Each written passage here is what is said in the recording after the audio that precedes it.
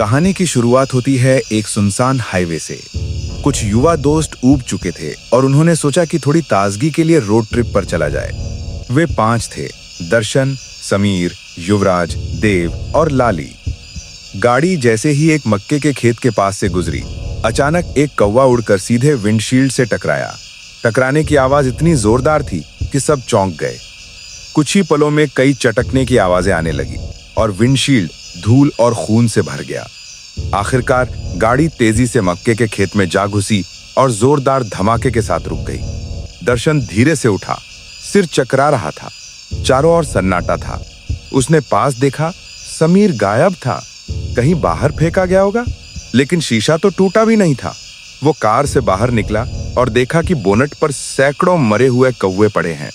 हर जगह पंख और खून के निशान फैले थे। उसका दिल बैठ गया। कार बर्बाद हो चुकी थी, लेकिन समीर कहीं दिखाई नहीं दे रहा था। इस बीच देव ने मोबाइल निकाला और नेटवर्क ढूंढने लगा, पर कोई सिग्नल नहीं था। तभी युवराज ने देखा कि पास के खेत में कोई चल रहा है। शायद समीर वहीं गया होगा, उसने कहा। युवराज और देव ने तय किया कि वे वहां जाकर देखेंगे, शायद मदद भी मिल जाए, वरना उन्हें रात यहीं बितानी पड़ेगी। दोनों लंबी बाजू के कपड़े पहनकर मक्के के खेत में दाखिल हुए। कुछ दूर चलने के बाद उन्हें एक पुरानी एम्बेसडर कार दिखाई दी। देव झुककर उसे देखने लगा। तभी युवराज को एक और चीज दिखाई दी।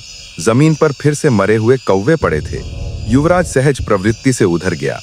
देव अभी कार की जांच ही कर रहा था कि अचानक युवराज की चीख सुनाई दी। वो पलटा। उसी वक्त एक कौवा तेजी से उड़कर उसकी तरफ आया और कार के शीशे से टकरा गया। देव भी कौवे से टकरा गया और गिर पड़ा। वो उठकर युवराज के पास पहुंचा। सामने एक बिजूका खड़ा था।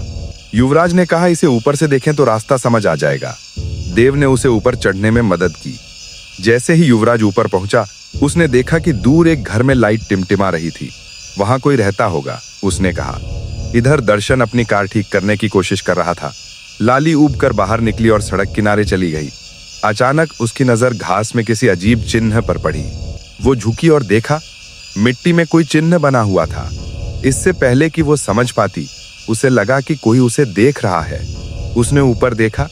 पास की एक झोंपड़ी में कोई छाया सा खड़ा था। वो डर कर मारे चिल्लाई, दर्शन! दर्शन दौड़कर पहुंचा। क्या हुआ?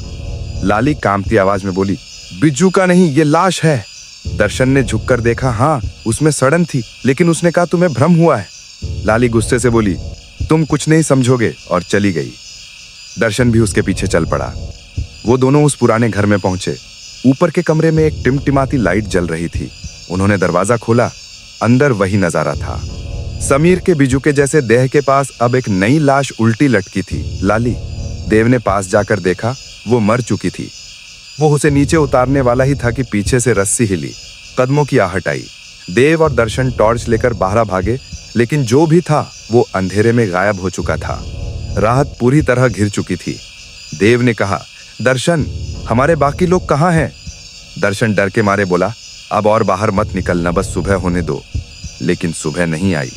वो जंगल की वो रात, वो खेत का वो रास्ता और वो पुराना घर जहां इंसानों की लाशें बिजुका बनकर टंगी थीं, एक एक करके सब गायब हो गए।